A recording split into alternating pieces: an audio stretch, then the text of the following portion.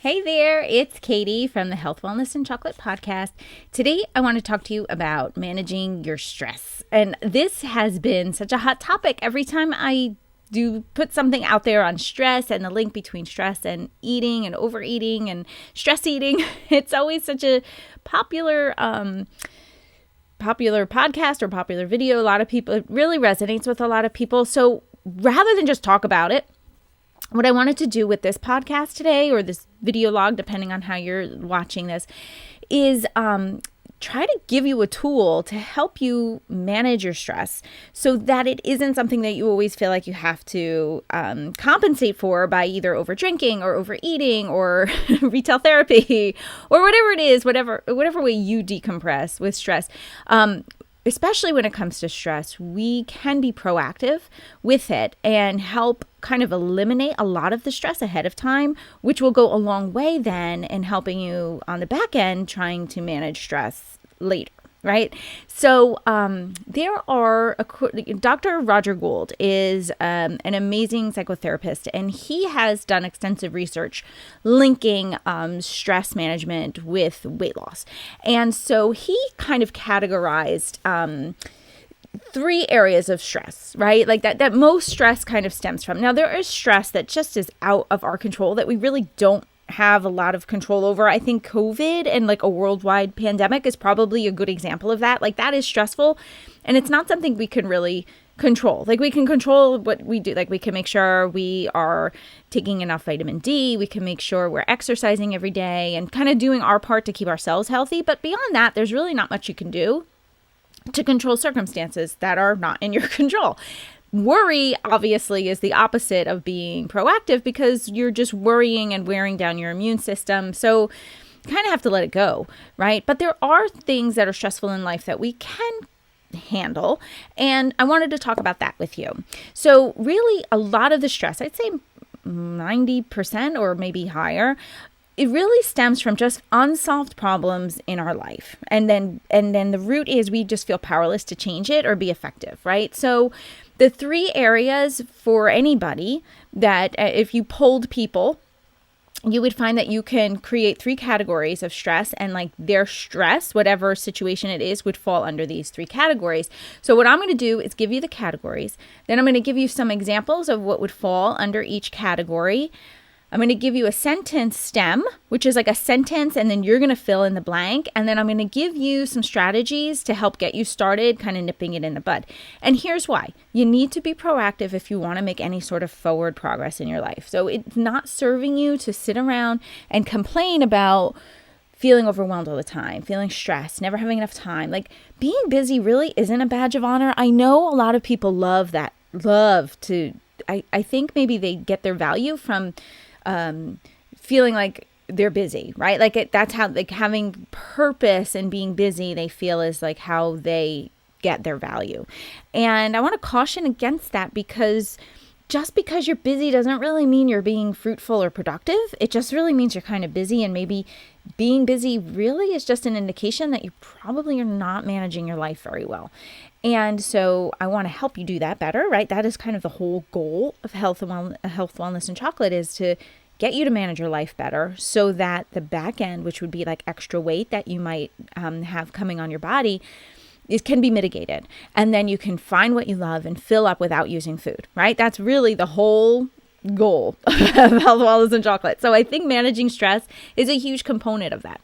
So stress, unsolved problems in your life, and you feel powerless to change them, okay? And the three areas of your life that cause the most stress are how you manage your money, how you manage your time, and how you manage your self-discipline, okay? So if you can work in those three areas and find something that you can start moving forward and improving in each of those areas, I think your stress level will significantly decrease. And remember a couple of podcasts ago that there is something called Kaizen, which is Japanese for always improving, right? Continually improving, continuing to always ask yourself, how can I be better? How can I do better? How can I make the situation better? How can I improve my life, right? this is really a foundational concept because you don't just want to be busy all the time. Like, you want to be productive. You want to make an impact and a contribution in this world. And if you're just always busy and you're always behind the 8 ball and you're not being effective, then you're really just spinning your wheels, and it's not a badge of honor. It's really more of like, it's great. You show up late all the time because you're so busy, but like, you're making other people's lives inconvenienced too. So I don't know, there's like a lot that can be said here for this. And so I wanted to give you some tools, right? So if you can work to mastering stress and manage your life, I want you to grab a pen and paper, because this is what I want you to do. Write this sentence down, okay? To improve my day-to-day life, I will. And then I'm going to give you some examples of some stuff you can write down there. But first, I want you to kind of keep in top of mind, like, what causes you the biggest stress, the most frustration. Think about that, right? And then see, like, how can you improve your day-to-day life, considering what is your biggest frustration? Like, are you always late for things? And people are constantly annoyed because maybe you have to cancel last minute, or they're waiting for you and you missed out on something, or the house is always a mess and you can never have company over, and it stresses you out when people finally do come over because you spend most of the time cleaning and cleaning and cleaning. And so when they finally come, you're totally exhausted, right? Like, it's the constant mess and chaos of your house, or your chaotic schedule, or, are you like constantly worried like you're going to be bouncing checks because you're managing your money poorly, and you really don't even know, anything about your bills. Maybe you haven't even paid your taxes yet. Like, there's a lot. So like, what is kind of like causing you the biggest frustration? Like, what is your biggest pain point, right? And so I want you to kind of keep that in mind when you fill this sentence out, because you'll feel, actually, this also will help you start to build self-efficacy, which is so important when it comes to weight loss. Like, you have to start believing that you're capable of doing things, and then you can be effective in your life. And this is a great way to start, right? So if you can work to master your stress and manage your life, you're going to say, to improve my day-to-day life, I will. And then maybe like put 3 categories. Okay. So the first category would be manage money, then manage time, and manage self-discipline. And maybe pick one from each of these categories to work on first. And then you can always go back and do this again. And remember, when you start making positive progress in your life, it has a ripple effect into every other area. I remember years ago when we were getting out of debt and we were listening to Dave Ramsey, and one of the things I noticed right away was how many people went in to do what they call a debt-free scream, which is when you can go to his studio, or you can call in, but you can go to his studio and be like, we're out of debt, this is what we did. And inevitably people were like, oh, we also started a business, or, we also lost weight, or I finally was able to run a marathon, or like they hit other goals, because that belief that you can do something and be effective in your life and not constantly like at a victim to your circumstances, it's so empowering. And it really gives you the confidence then to put yourself out there and move forward and try other things. So hopefully this will go beyond just managing your stress. And hopefully this is maybe a catalyst to some amazing forward progress, especially if you feel stuck or feeling like you're in a rut. This will hopefully really get you going. I hope. Okay. So the first one, let me give you some examples of money management, and just to kind of get your juices flowing and help you maybe write some things down. So the first one obviously would be to start budgeting your money. If you don't know how to even start making a budget, just Google, how do I make a budget? There's so many things, or even go to Pinterest. They have all kinds of free printables for budgeting and that kind of thing. But when it comes to budgeting, what I always like to do too is, maybe even before you write your budget down, is like really take stock. And Chris and I, my husband, we read a book called Rich Dad, Poor Dad years and years ago by Robert Kiyosaki. And one of the things he says to do is start looking for the leaks, like plug the holes. And really, it's kind of like budgeting, but you really want to find out, like, where is the money going? And at the time, debit cards were really maybe just starting. And this was 15 years ago, but it was like they were just kind of getting started. And so we really would just use cash. So we would joke because we'd go to the ATM and we would $20 ourselves to death is what we called it. We'd always hit the ATM for $20, but it never felt like a lot. Like it was only $20, and we'd go $20, like when we'd, run to the store, $20 so I could go grab lunch with a friend or whatever. But like we would $20 ourselves to death. It never felt like a lot, but then it would add up. And all of a sudden, like, hey, where'd all this money go, right? So not only budget, but like pay attention, take stocks and see like, where am I plug the leaks, right? So do you have things you kind of forgot about that you're paying for that you don't even really use, that you don't even remember buying? Like all of a sudden every month it's like, oh, I didn't realize I was paying, $20, $15 a month for this membership or that. It adds up, okay? And so you want to kind of take stock and write out like, where is all my money going? Like we pay our kids allowance because they actually do chores around the house. Like they actually are really helpful. We have chickens. So 2 of our boys, one feeds the chickens, one waters them, one gets the eggs. So we pay them because we feel like that's above and beyond just regular make your bed, pick up after yourself in the house. Another one of our children mow our lawn because they like the extra money too. And then we try to show them how to budget and how to work and earn money, so like we have little jobs that we could do, but like we have to remember to account for that too in our budget because again, we're $20ing ourselves to death, right? So pay attention, like where like all these little tiny expenses and where they go. Another example of money management would be writing and paying your bills on time. When my mother-in-law, she handled all the bills, and the day we came back from our honeymoon, she had passed away. And my father-in-law was a deer in headlights. He had no idea even what a bill looked like. He never in his married life even opened the mail. He never wrote a check. He had no idea how to open a bank account. Like he really just left it all to her. Like he literally would come home on a Friday with his paycheck, hand it to her, and she literally would just handle everything. But she was really very generous, but generous to a fault where she would like pay the bills late because she was donating money to something else. And she wasn't like awesome with money management.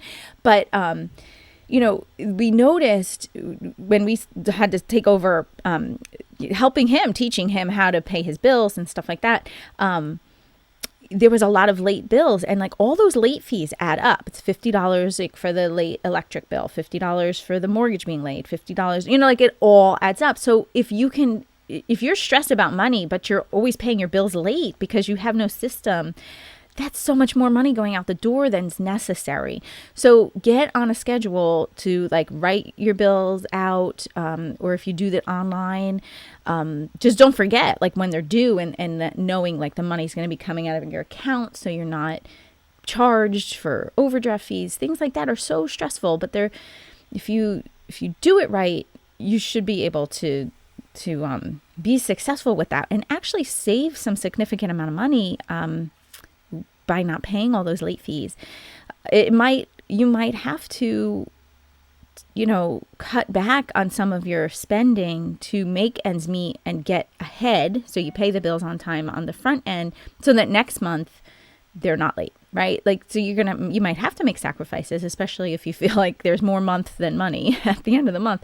But again, that comes from like taking stock and plugging the leaks. You might have to cut back on a lot of things at first to get your budget in order and start living within your means and get, the credit cards paid down and that kind of thing. Another example of money management would be to get an emergency fund together. There's nothing more stressful than having an unexpected bill and now, there's no money in your savings account. Like that is so stressful. And things come up. And so you want to have a little bit, even if it's $1,000. I think Dave Ramsey recommends like $1,000 emergency fund covers I forget what the percentage is.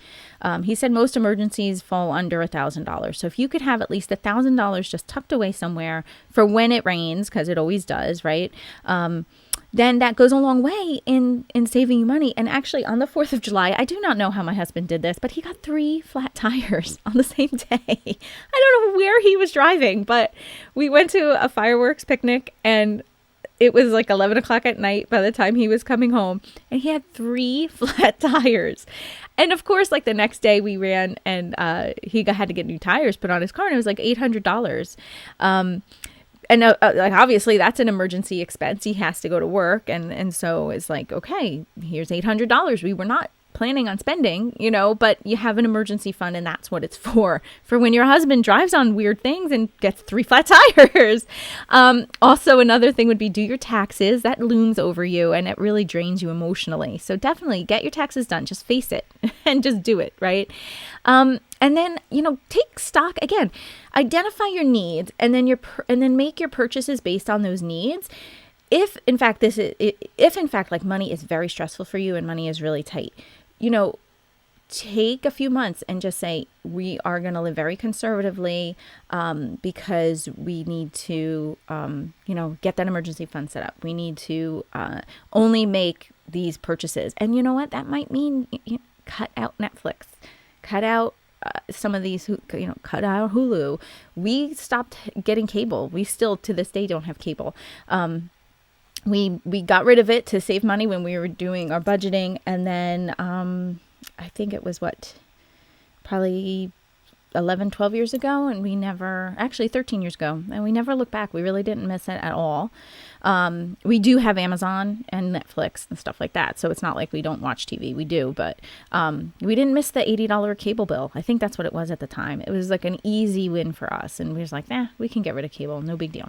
So like take stock of like, what are your needs? Like if money's super tight, maybe let it go for a little while. Not for forever, but let it go for a bit so that you can put that money towards something else, especially peace of mind. I feel like peace of mind is priceless, especially if you're struggling with stress and feel like you're drowning, right?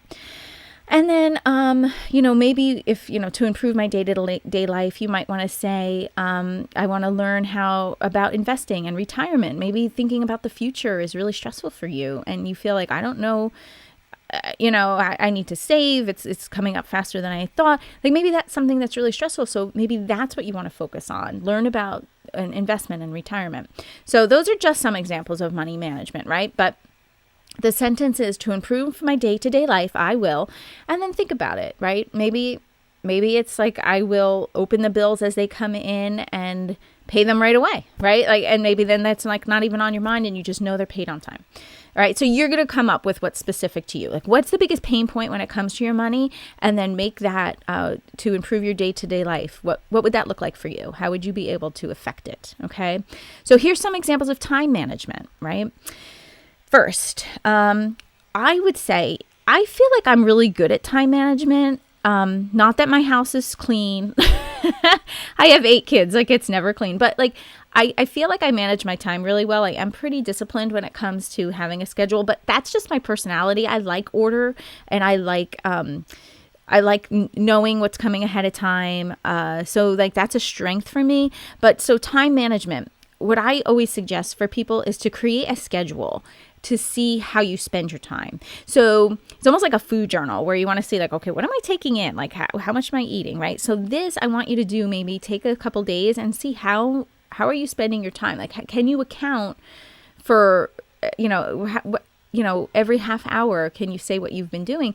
You may be shocked. Like if you always feel like you're behind on things, but you spend maybe 3 hours a day scrolling Facebook and scrolling Instagram and watching reels, or, maybe just sitting down for 4 hours every evening and watching TV, like that's huge swaths of time. And if you always feel like, I never have time to do things I really like because I have kids and I don't have time, like you're missing opportunities, just probably because they're just habitual and you're not recognizing it. So having it's like creating and identifying, where am I spending a lot of my time? How am I using the time I have effectively? If I got up early and I just laid around till it was time to wake up, it's not really being effective. If I'm up, like, let's go, right? I start the day, but that's easy for me because I'm a morning person.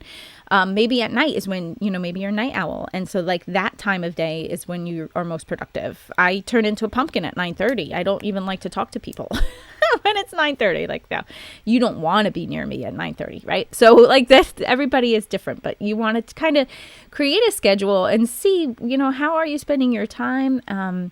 And are you being effective with your time, especially if it's a pain point for you and you're late all the time, but then you notice, man, I'm just really not even, like, the house is always a mess, but I'm honestly spending hours a day on social media, right? Like, that's something you should really kind of pay attention to. Notice how much time you spend consuming versus how much time you spend creating. We were made to create. So if you're feeling frustrated in life and you're feeling stressed and overwhelmed, how much time are you consuming things versus actually creating things and putting them out into the world? That's huge. I think everybody has a gift to be creative in their own way. It's going to look different for everybody but it's amazing to me the different ways that that you could be used to be creative, right? Like, so many different areas of life need creativity. So, are you being creative? What are you creating? What are you putting out in this world? You can fill up so easily without using food by tapping into your creativity. And it doesn't have to be painting and being an artist, that kind of creativity. It could be, there's so many ways to be creative. But it's really up to you to kind of identify what lights you up and then get going on it. But so you could say, to improve my day-to-day life, maybe it is to be more creative or find out a creative outlet, right? Like, that could be something for you. But find, another way to manage your time is get to places on time, but be realistic about how long it's going to take you to do things. Like, I have a friend I love dearly, but she's late for everything. And so if I'm having friends over and I say, come at 4:00, I'll tell her come at 2:00, and then she'll get there by 6:00. Like, not joking at all. Like, she's just late all the time. And I think it's like when 2:00 rolls around, she starts to think about all the things she has to do in order to get to where it is she needs to be going. But she doesn't think of it until it's time to be there already, right? Like, she thinks when it's time to be there is when she should start planning to be there. And she's always late, but she's always overwhelmed, and she's always feeling rushed, and she's always feeling stressed about it. So really be realistic. Okay. How long is your task going to take? How long, you consider driving from point A to point B. That takes time, right? Like, so if you have to be somewhere that's 30 minutes away, then you have to work back from there. Like, I always start, let me just give you an example, for us. So Fridays we go to a co-op because we homeschool, and we're there all day, and I have to have lunch for the kids. And of course they all need to be wearing clothes, right? So I have to work backwards. Like, Friday morning is not, I can't start packing lunches, getting their clothes, finding their shoes. Like, we would never get to the co-op by 8:15 or 8:30, 8:45, like whenever it starts, right? Like, we would never get there on time, ever. Not in this century. I literally start on Thursday prepping so we're out the door on time on Friday. And that might seem ridiculous. And maybe for you, like, I'm moving large amounts of people around that are little, right? So, but maybe for you don't have to do that, but definitely start thinking like the day before, or even like on a Sunday, look at your week holistically, even at the beginning of a month. In my time management class inside the Health and Wellness Blueprint, I teach a system on how to manage time. But like, look at the month ahead of time and what's coming up, and then start planning, how many days till this, how many days till that. But so on a Friday, when I know we're going to be out the door early, I plan on Thursdays. Thursdays when I catch up on all my laundry. Thursday is when I put in an Aldi order. So I make sure we have food for lunch. I make sure I have bread. I make sure we have stuff for sandwiches and snacks for the kids and drinks and all that things, right? Like, Thursday is when all that gets done. I'll even prep for dinner for Friday on Thursday, right? Like, everything happens like that. So I work backwards, because there's no way we'd get out the door in time if I had to go on Friday to, you know what I mean? And also then Thursday, since all my laundry is done, then I can pull from each of the boys. I have 5 guys, so I'd pull out their clothes and make sure their socks and their shoes are there. Because I can't tell you how many times we've been late for things because somebody can't find a sneaker. And that's like 40 minutes later, and I found 13 left pairs of shoes, but no right ones because they're all missing, right? Like, it's crazy. I do not know how it happens. But I do know if I plan ahead of time and just like, okay, their shoes and their socks are here. Here's their outfit. When they wake up, they can eat real quick and then get dressed and be out the door. And another thing too is, like, on a Thursday, maybe we'll have breakfast for dinner.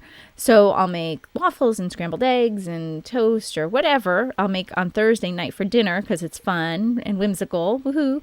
And then actually Thursday or Friday morning when we're in a rush and I don't really have a lot of time to cook, I can just reheat whatever eggs weren't eaten.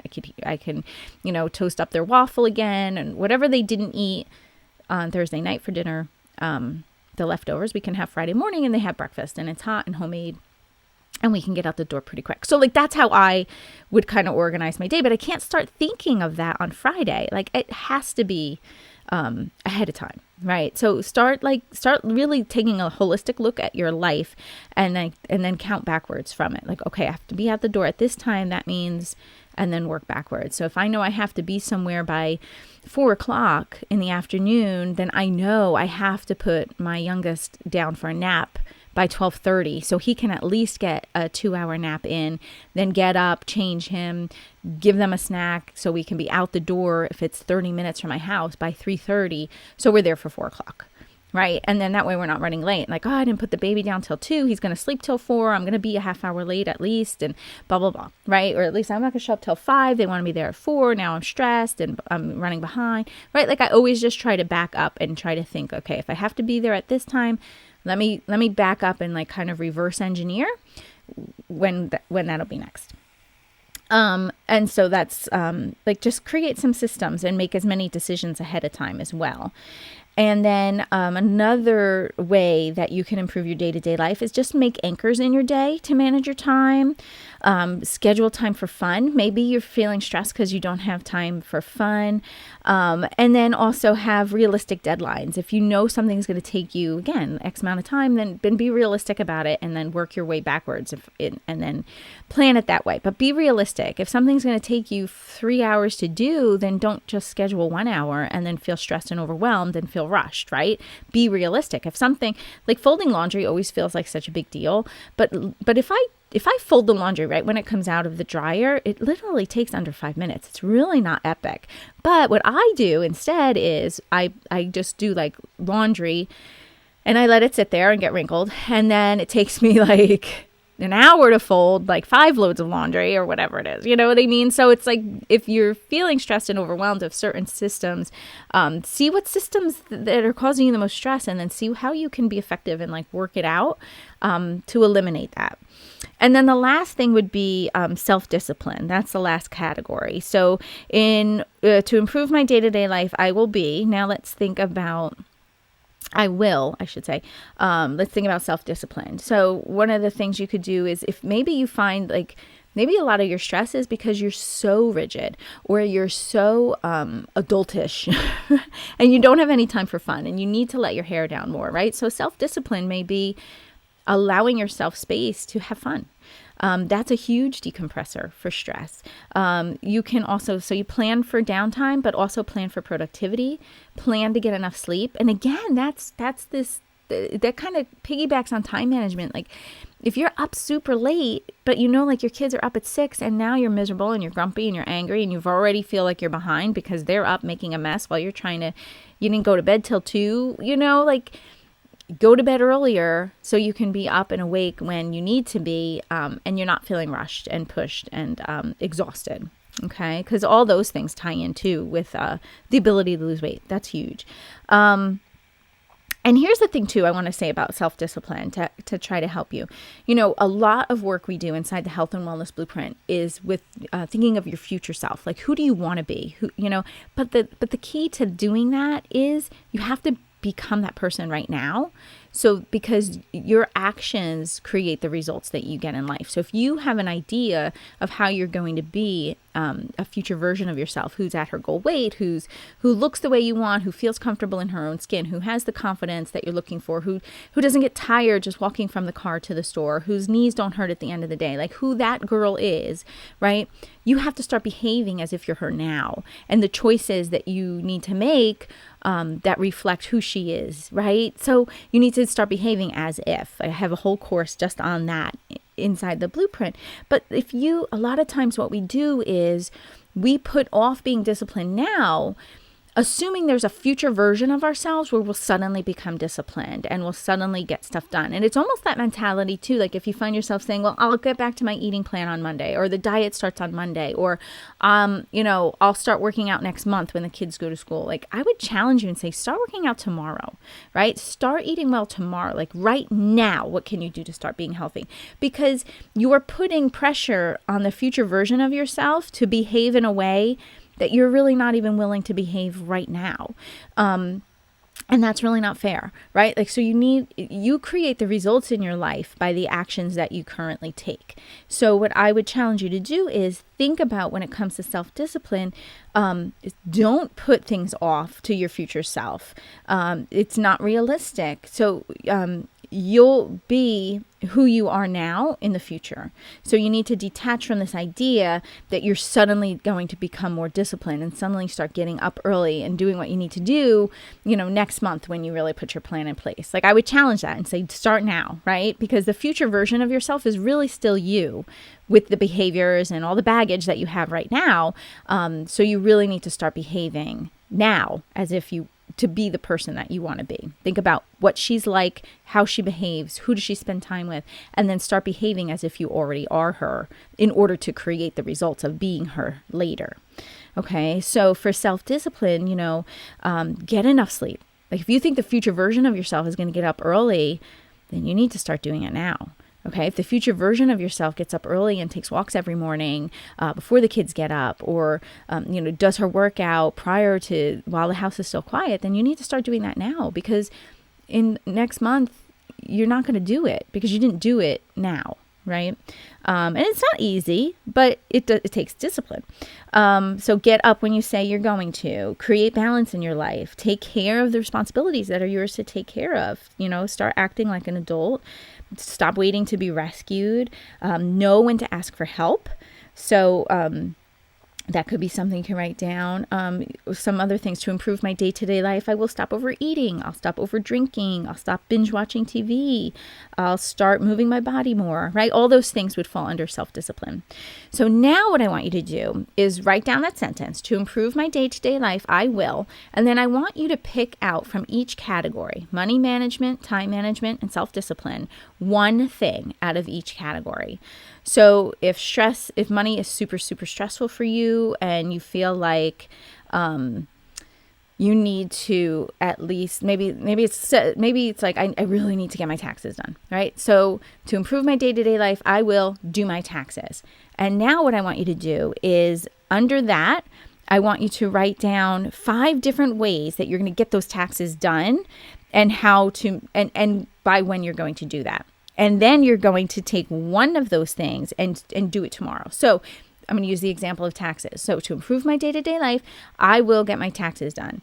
All right. And so what are you going to do? You're going to gather up all your pay stubs from the year before. You're going to gather up maybe all expenditures that you have, or any random receipts and stuff like that you might need. You're going to have to call an accountant. You're going to have to, I don't know what else is involved because I have an accountant, but whatever it takes to get those taxes done, do them and pick one of those things that you could do tomorrow. So maybe tomorrow is the day you call the accountant and schedule when you're going to meet him. Or, right now after this, you're going to gather up all your W-2s and maybe your expenses and all your donations that you've made and all the receipts and stuff like that. Get that all together, get that organized so that and then you call the accountant and you schedule a time to drop off your stuff to him and have him do it, or do it yourself if you're really good like that. I'm not, so we just have an accountant do it, but that's an idea. So you will feel so empowered just doing that. The next thing would be time management. So maybe if you feel like you're always late for things, maybe your goal would be to improve my day-to-day life. I am going to schedule, notice how I'm spending all my time. Okay. And then you're going to pick 5 different strategies for you to be able to notice how you schedule your time and how you can tweak it. And then self-discipline. Okay, you're going to pick one of those things that we talked about, and you're going to say, to improve my day-to-day life, I will, create balance in my life. Or, I mean, that's kind of vague. So you could I could get enough sleep. So what would be 5 ways that you're going to get enough sleep, right? Go to bed earlier, stop watching TV by a certain time, you stop drinking caffeine past 3 o'clock, maybe make a bedtime ritual that's really enticing. So going to bed is like a super sweet splurge that you really look forward to.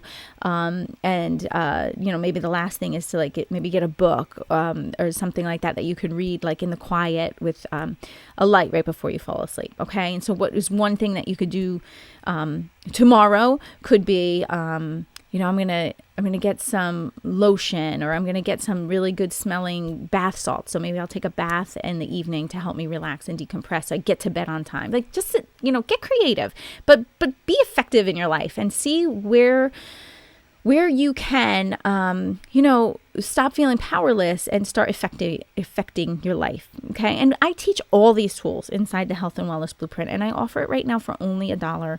We are going to start our fall 2021 Health and Wellness Blueprint sessions for 12 weeks leading into the holidays.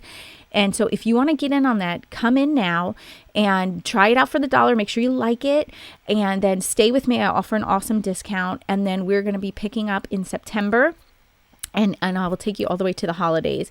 And I think that is a lot of times that's when people need a lot of support. And so let's do this. All right. I hope to see you in there. I'll talk to you soon. Take care. Bye-bye.